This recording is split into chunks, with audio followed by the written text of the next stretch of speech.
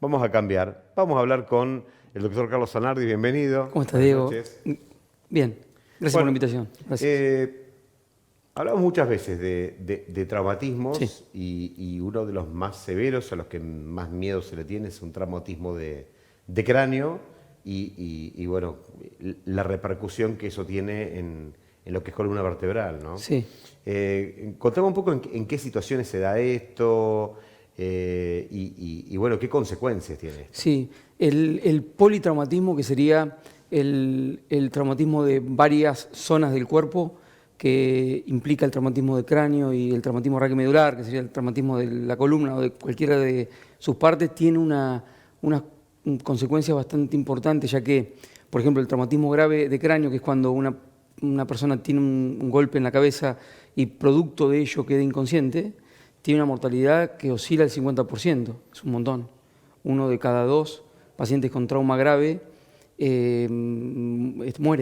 muere producto del trauma, producto de todo lo que se necesita para mantenerlo con vida. En otro momento no llegaban a un lugar a donde se lo pudiese asistir como hoy, y hoy, bueno, contamos con un montón de alternativas que nos permiten asistir a esos enfermos que algunas veces, producto de la complejización que se va dando para mantenerlos con vida, tienen complicaciones que terminan también derivando en pérdida de la vida. De los traumatizados, ¿cuántos son productos de conductores de motos? La gran mayoría son conductores de motos que conducían sin casco. De hecho, hay un doctor que vino de Monterrey, de México, que está conmigo haciendo un observership, que es una modalidad de ver lo que hago, y una de las cosas que más le sorprenden cuando transitamos la ciudad es la cantidad de gente que transita en moto sin casco.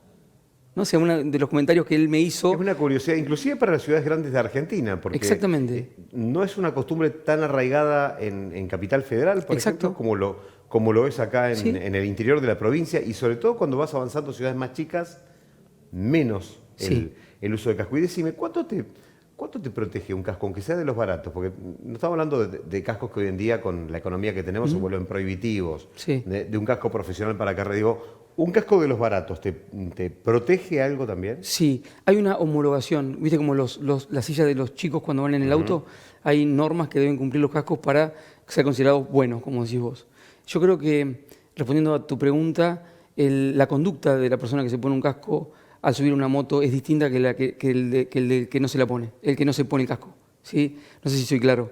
Muchas veces es como cuando uno habla de ciertos estupefacientes que se consumen. Probablemente en sí el estupefaciente no sea lo extremadamente riesgoso, sí la conducta que tiene el que habitualmente los consume, ¿sí? En esa línea, alguien El que va con casco va más tranca. Exactamente, Como dicen los a eso pibes. voy, a eso voy. ¿No? No solamente, un poco teniendo en cuenta que, dada la situación económica actual, acceder a los que están homologados puede no ser tan simple, pero ya la conducta de ponerse algo, ¿sí? y conducir en consecuencia aminora radicalmente los riesgos, en principio, de la conducción, ¿no? En caso de que tenga un accidente, la protección va a ser menos porque no están dadas las condiciones del casco para que lo cuide. Pero sí en cuanto a la conducta que se tiene a la hora de tener un volante en la mano, ¿no? Es como el que se pone el cinturón de seguridad. No es lo mismo, va a manejar distinto, ¿sí? Bueno, y estamos hablando de una afección complicada, porque vos me decías 50% deriva Muerte. en casos fatales. Sí, en el trauma grave de cráneo. El trauma grave es el que habitualmente se conoce porque es el que está en la terapia intensiva con los monitores de PIC, ¿viste? Esos sensores que colocamos para poder ver cuál es la presión que hay dentro del cráneo y permitirle a los terapistas adoptar maniobras para poder bajarla, ya sea médicamente o quirúrgicamente, cuando hacemos procedimientos como puede ser una craneectomía descompresiva, que es sacar parte del cráneo para disipar la presión aumentada del cerebro, que al estar en una caja inextensible como es el cráneo, puede generar lesiones neurológicas irreversibles, que eso es el otro punto, ¿no? De los pacientes que sobreviven, ¿cuántos sobreviven con secuelas neurológicas que no son menores en muchos casos? ¿Cuántos viven a partir de ahí una vida digna de ser vivida? Exactamente. Ese es el otro punto. Porque el concepto de vida varía mucho de cómo la vivís también, Es ¿no? filosófico. Sí, claro que sí. Mi experiencia es que el paciente con trauma grave de cráneo nunca vuelve a ser el mismo. Y generalmente lo hablo con los padres, ¿no? Yo, por ahí cuando era un poco más joven en mi carrera profesional, que estaba más activo en una guardia y tenía más acceso a este tipo de pacientes, incluso el control después, hablaba con los padres y teníamos este tipo de charlas, nunca más volvió a ser el mismo, ¿no? Es porque algo cambia, si bien hoy todavía hablamos de áreas del cerebro que no tienen funciones tangibles desde un examen físico. Yo creo que el examen físico médico es bastante burdo para evaluar la función cognitiva humana, ¿no? Entonces creo que eso lo evalúan los padres en el día a día, cómo miran, cómo responden, cómo reaccionan, y eso habitualmente un examen los cambios físico. de humor. Claro, obvio. Y creo que nosotros nos contentamos, ¿no?, cuando de repente vemos que el paciente no tiene un déficit o cuando puede comprender órdenes, lo cual no es menor, ¿no? Obvio. Pero creo que el ser se muestra más en el día a día, en su casa, en su domicilio, ¿no? La persona completa con conductas muy finitas que solo los familiares más íntimos son los que la pueden ver. Y hoy en día se puede, a ver, entre comillas, arreglar alguna de esas situaciones más allá de las que vos decís, bueno, hay algunas que no podemos definir ni qué función cumplen hasta que no ponemos la función a prueba, ¿no? Bien, sí. Ahora, ¿qué es lo que pasa o cuán importante es en esto lo visible? Digo, los huesos, las vértebras. ¿Es tan importante? ¿Se puede arreglar eso? ¿Es importante que se arregle eso? Sí, súper importante. Yo creo que en traumatismo raquimedular, cuando hay una fractura de columna, ¿sí? Si hay una lesión de médula definitiva, o sea, hay una sección de la médula producto del golpe, es bastante difícil que se logre una restitución del tejido nervioso. O sea, no hay una regeneración, en principio, del tejido de la médula. La médula es como un cable maestro que lleva la información del cerebro a los miembros, ¿no?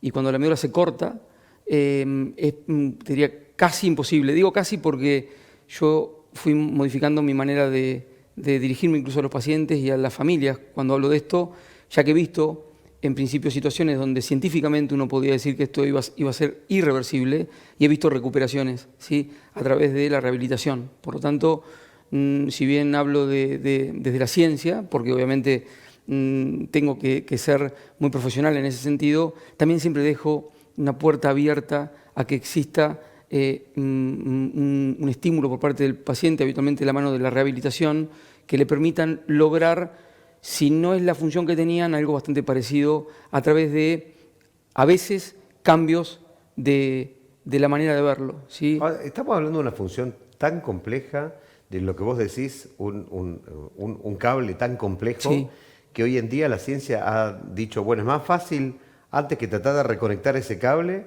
enchufarlo a una máquina, sí, y darle instrucciones en remoto para abajo y hacer como un bypass del cable que reconectarlo, ¿no? Los exoesqueletos. O sea, estamos hablando de, para Argentina hoy en día, ciencia ficción, pero que existe hoy en día, sí, en la medicina. Sí, sí, hay trabajos, yo he estado viendo los resultados y son bastante prometedores en ese sentido. Otra línea de trabajo que no está desarrollada aún o no tiene la evidencia científica como para ser recomendada a la población en el mundo es el implante de células madres, ¿sí?, con su capacidad pluripotencial. Son células que pueden diferenciarse a diferentes tejidos porque tienen son totipotenciales, ¿no? O sea, son las células más primitivas. Y en ese sentido hay estudios en España, particularmente, que son muy prometedores también, pero todavía no hay un aval científico que permita hacer la recomendación para todos. Y ahí es donde sea, en el estado en el que estamos, mejor que no te pase nada. Y de cuidarse. Eso sería, sí, cuidarse y, o sea, si te va a pasar, te puede pasar, pero si lo podés evitar... no, totalmente. Tenés media vida ganada. Yo hay veces que veo, porque bueno, estoy en esto, de hecho cuando yo me accidenté y después de un vuelco que tuve, poder sentir que movía las piernas, sabiendo... ¿Te diste cuenta hasta lo que tenía fracturado, no? Absolutamente, sí, yo sabía que me fracturó la quinta vértebra torácica, porque sentí un dolor ahí, en ese lugar que es entre las escápulas, pero el hecho de, a pesar de que estaba todo magullado... Es cierto que dijiste a la médica, sí, que te auxilió ahí en la ruta nomás, sí, ¿no? Sí. Pasa que en ese momento, viste, estás muy alterado vos y mi personalidad por ahí, viste, que es bastante así. Sí, era mucho peor de lo que soy habitualmente. Y lo que primero que pensé fue de agradecer a algo que por otro lado sentía, o sea, si vos me preguntás, sentía que algo me sostenía, venía con el cinturón puesto y fue un vuelco, y agradecer de que poder mover las piernas. Muchas veces cuando se fracturan varias vértebras, la energía cinética del auto, ¿no? la que uno trae cuando va arriba de un vehículo, siente que no se mueve, pero en realidad la energía cinética de la velocidad que traes con el auto es la que trae tu cuerpo, ¿no? Uno hipotéticamente es difícil... Sí, es un shock tremendo para el cuerpo. Porque esa energía es absorbida por tu cuerpo y cuando la absorben varias vértebras se puede disipar las lesiones entre ellas y ninguna se fractura mucho. Bueno, y ahora yo voy a esto, porque no me quiero abrir, no quiero abrir más ventanita, pero sí. Voy a esto. Muchas veces cuando la gente tiene una fractura de estas características, sí, quiere que le traigan la prótesis, o que le inyecten algo, o que la arreglen. Sí. Ahora vamos a hablar con la prédica del ejemplo. Sí, sí. ¿Vos nunca te dejaste operar de esa? Yo, claro, sí, no es que no me dejé, no eran quirúrgicas, no eran para operar, aunque muchas fracturas, la mía, una de ellas, ameritaba o posibilitaba ambas opciones. ¿Vos preferiste que no? Claro, yo soy partidario, e incluso en mi práctica diaria, a los pacientes les digo, voy en contra de lo que me da de comer, por llamarlo de alguna forma, ¿no? Que yo te diga que no estoy de acuerdo con operar, en contra, entre comillas, ¿no? Yo creo que la profesionalidad está ante todo, y eso habla de vos, y de alguna manera, ese no es quirúrgico, pero va a venir otro que viendo esa profesionalidad va a encontrar en vos a alguien de confianza. Yo creo que funciona así el mundo y la vida. Yo creo que cuando hay dos opciones con el mismo resultado y una de las dos implica no operar, prefiero esa, ¿sí? De entrada. Probablemente conozca la morbilidad que tienen muchos de los procedimientos quirúrgicos. Ahora, cuando es quirúrgico, me parece que no hay opción. En principio, cuando sabemos científicamente que es mejor operar, ahí entra un poco de la prótesis. En trauma hay que estabilizar. Habitualmente cuando algo se rompe y esa lesión genera que las vértebras no puedan mantener su alineación cuando uno le pone la carga del cuerpo, hablamos de que hay una fractura inestable, en criollo, ¿no? Así, esto para que se entienda fácilmente. Eso hay que estabilizarlo. Hoy por hoy hay alternativas de intervención que son mínimamente invasivas, o sea, transgreden la fisiología lo menos posible para posibilitar una estabilidad, pero con poca lesión. Y eso creo que fue muy cambio o sea, marcó un antes y un después en lo que es trauma. Bueno, esto es importante porque por allí cuando vos ves un médico y te dicen, mira, esto mejor no lo operemos, ahí no hay zaraza. En realidad lo que te está dando es un buen consejo médico, sí, basado en sus experiencias y basado en el riesgo-beneficio o el costo-beneficio que puede tener esa intervención. Sí, si vos me preguntás, veo dos grupos en esa conducta. Veo el grupo que por ahí, por haber quedado atados a un paradigma que ya no existe, ¿sí? Por ejemplo, la cirugía convencional o una época donde la cirugía de columna era de un riesgo quizá inaceptable, dicen no te operes cuando es quirúrgico. Y eso puede redundar en un daño al paciente que requiere ser operado. Y después está otro grupo de profesionales que basándose en la evidencia actual de considerar una fractura que es estable, que no requiere ser operada, te dicen no hace falta que se opere esto porque sola tu cuerpo tiene las herramientas para poder lograr la curación de esa fractura, ¿no? Pasan muchos huesos del cuerpo, ¿no? Y después estamos asistiendo actualmente a una etapa de la medicina donde incluso se valora, y yo lo tengo en cuenta en mis pacientes, la condición laboral. Por ejemplo, si vos sos el que trabaja, ¿no? En la familia y curar espontánea o naturalmente puede llevar un reposo de meses versus operarte con una cirugía mínimamente invasiva, con un riesgo lógico y poder posibilitar, o sea, que te posibilite volver a tu trabajo lo antes posible. Bueno, es a transmitir al enfermo para que juntos tomemos la decisión mejor sabiendo todas las cartas que están sobre la mesa, ¿no? Y creo que eso es súper importante que se conozca, ¿sí? Porque son dos grupos, como te decía, el que tiene un miedo infundado y aquel que te dice lo que está escrito actualmente y te lo plantea como algo de opción, ¿no? Carlos, de ya muchísimas gracias. Gracias a vos por la invitación. Gracias.